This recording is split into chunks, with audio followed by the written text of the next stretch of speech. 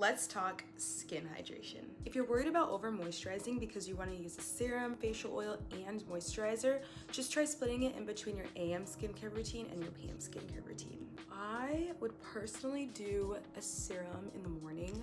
This one is from FaceTory's Sky Drops, and that's just because it's a little more lightweight, so that way I'm able to add makeup on top if I wanted to, as well as an SPF.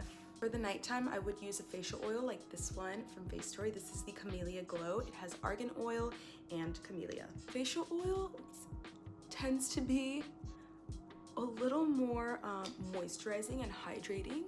So I feel like this is the perfect moisturizer that you want to use at night so that it's sort of sinking into your skin and working as you sleep.